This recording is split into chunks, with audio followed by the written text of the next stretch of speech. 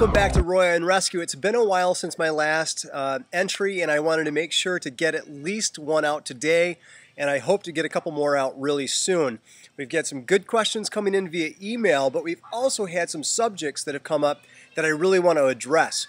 Part of the reason I haven't been able to get a video podcast up and running is because we've been so busy at the Pro Training's offices. We've got a lot of great stuff happening in our UK branch. We've got a really cool program that you'll learn more about through some of the other Pro CPR blogs, Pro Training's blog, and a bunch of releases we're going to be doing about students train free. An exciting program where we're able to offer to school administrations free CPR training to their high school students. Excellent stuff going on about that. We'll tell you more details, and I'll give you some links to be able to check that stuff out. And then also a very exciting thing developing is that we're ready to launch our instructor training and instructor crossover program, which allows other already existing instructors and people who want to become CPR instructors to begin training both in classroom and online for pro trainings. So excellent things coming out. It's really been busy, but it's been great busy. And now I'm happy to be able to bring up this subject that I wanted to sneak in today. Today is about something that I actually experienced Saturday, which was when I took my family out to the lake shore in Lake Michigan on a beautiful Saturday, blue sky, sunny day. It was incredible. We get out to the beach, it's windy, and we notice the DNR whipping past us with their lights on.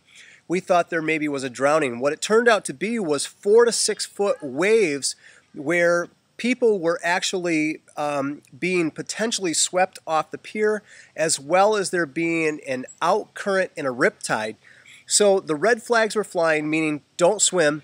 The DNR were warning us not to go in past our ankles or knees at the most, and to really watch small children. But even adults are at risk when you have this undertow that goes back out, especially in a condition we were in, which there's a pier about 100 yards to the south of the beach that we were swimming at. It begins to bulk up the water as the waves are crashing in, and that water has to go somewhere. So it either goes to the side or it flows back out.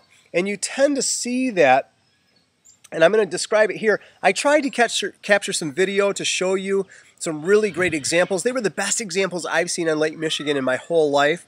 But if I can find some video links on good examples of what I saw out at the beach, I'll try to include those in this video podcast. But so if you picture my knuckles here as being kind of the waves coming in, the out current looks for a spot where it can actually flow back out into the deep water. So as the waves are crashing in, it's got to find some place to let that water flow back out.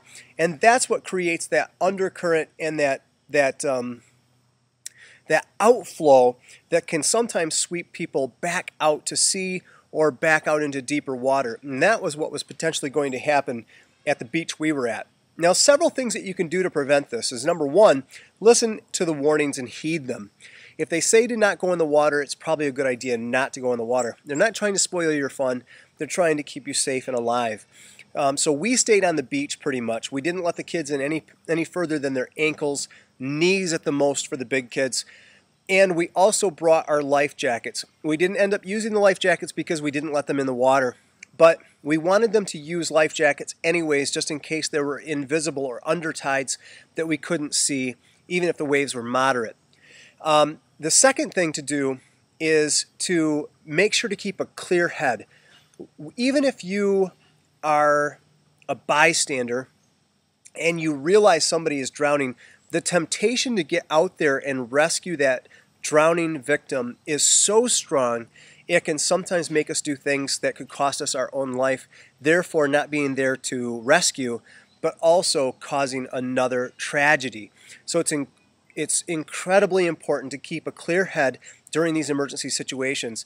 It's not a bad idea to look around the beach to see where there might be a throwable life ring so that we can offer that to the drowning victim and activate emergency medical services, the DNR, so they can go out there with the Coast Guard, who are trained and equipped to be able to handle the water rescue, and everybody can be rescued safely. Now, that being said, keep in mind that if one of my children were to go under, I know that I would not think reasonably. I would think out of love and out of fear, because that's my child, that's my spouse, that's my loved one. I would be foolish to think that anybody would not try to rescue a loved one. I'm not talking about that. Love does not need to be reasonable.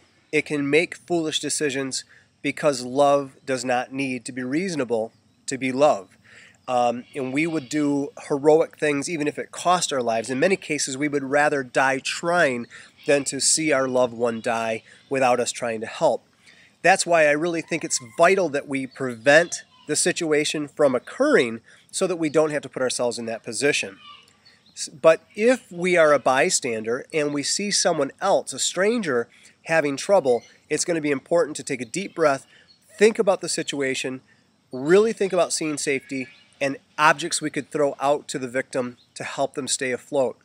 So I just really wanted to address this. I'm sorry I couldn't get the footage to work. We actually got some, but after I looked at it and reviewed it, it didn't quite show what I was looking for. If I can find some examples of those types of riptides, I will certainly include them in a link on this video podcast. We still have a few days of summer left, and I'm sure that if you live by the ocean or you live by a big lake that has strong waves, we may encounter a few more days of big waves, especially as the fall winds start to come in. So just a thought to be safe and to make that a great experience like we had on Saturday with no traumatic situations and no tragedy. So I look forward to more entries very soon from Roy on Rescue. Keep on rescuing, and we'll talk to you soon. Bye-bye.